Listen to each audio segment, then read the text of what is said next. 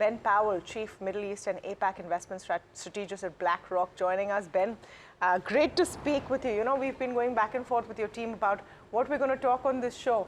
And it's just so irrational and difficult to predict right now. So we're going to have to deal with it as we go along. Right now, as far as the latest that we're seeing, what are you making of it? This 90-day pause, is it a Band-Aid on a wound? Have we merely pushed the problem down the road? Or is there a sense now that we're not going to go back to what the April 2nd tariff numbers look like? Let me start there.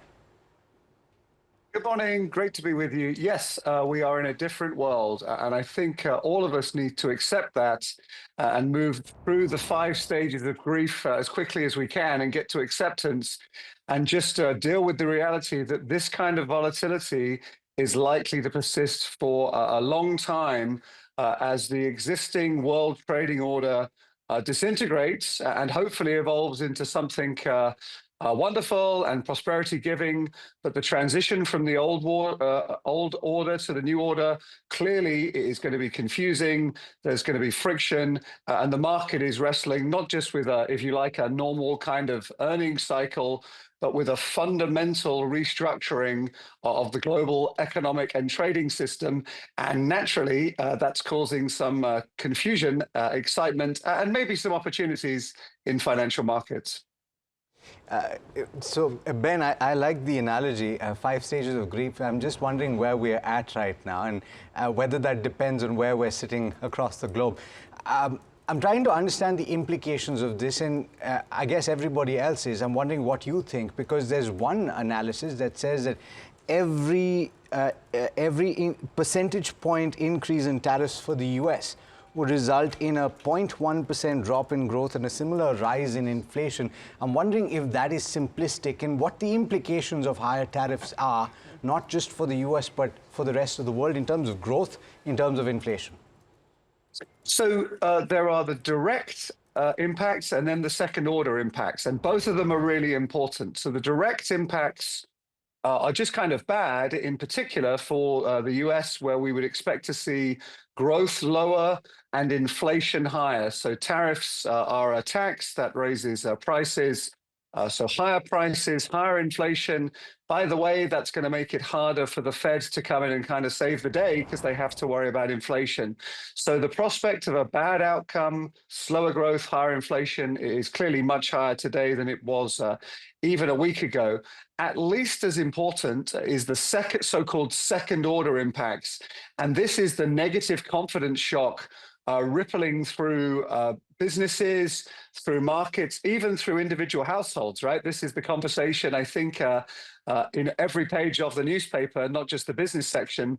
So very naturally, if you're a CEO or a head of a household, I think it's logical we're all going to be thinking, what on earth is going on? Maybe I should stop spending quite so much money and keep some more in my wallet just in case.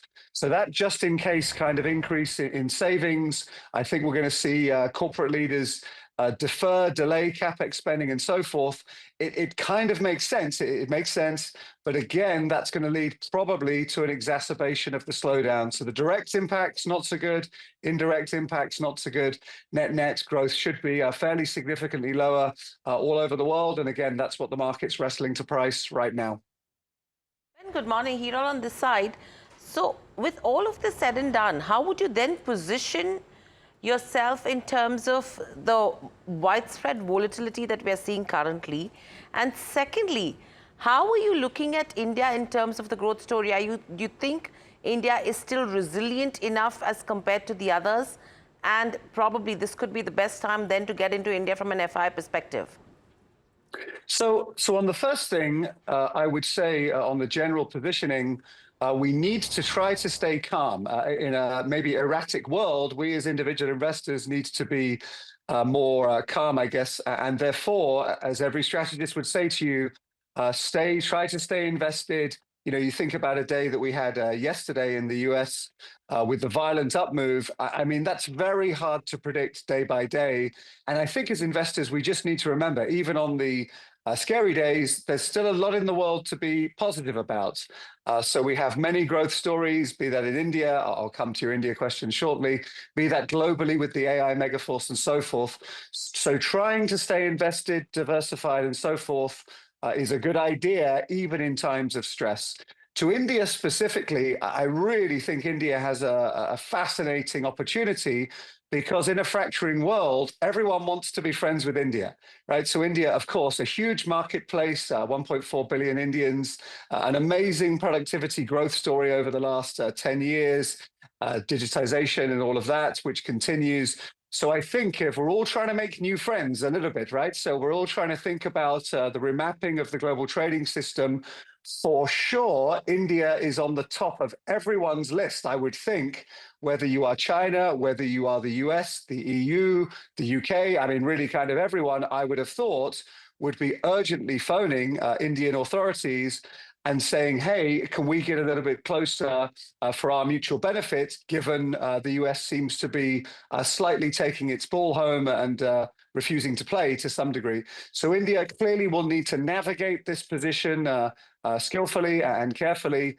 But I really think India could actually end up being a clear winner from the slight trade evolution that we're seeing right now. So India, yeah, of course, lots of things to be excited about domestically in India, but actually the geopolitical and global trading reordering, India, if India plays their cards skillfully, I think actually can end up making some, to speak like President Trump, can make some pretty good deals, I would have thought, because of what India can offer. It is obviously very attractive to many potential deeper trading partners over time.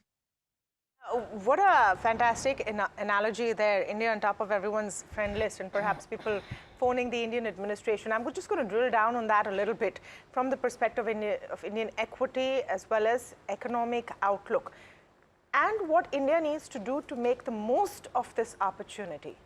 What are the kind of conversations that we should be having and what is our pitch right now? By our, I mean from the Indian perspective.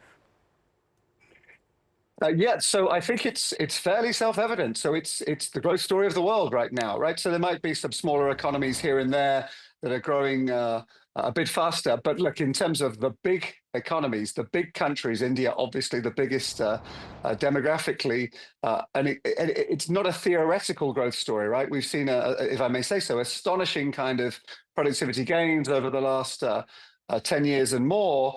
As the country has become more efficient with trading within India, so those benefits maybe can start to flow even externally.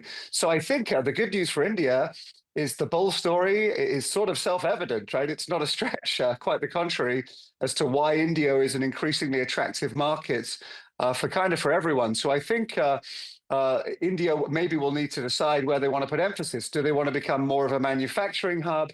If the US is indeed looking to decouple from China, the workshop of the world, does that give opportunity for India's manufacturing base to grow substantially? Could government do even more? Government's been doing a lot, but could government do even more to think about incentivizing the creation of more and more manufacturing in India directly?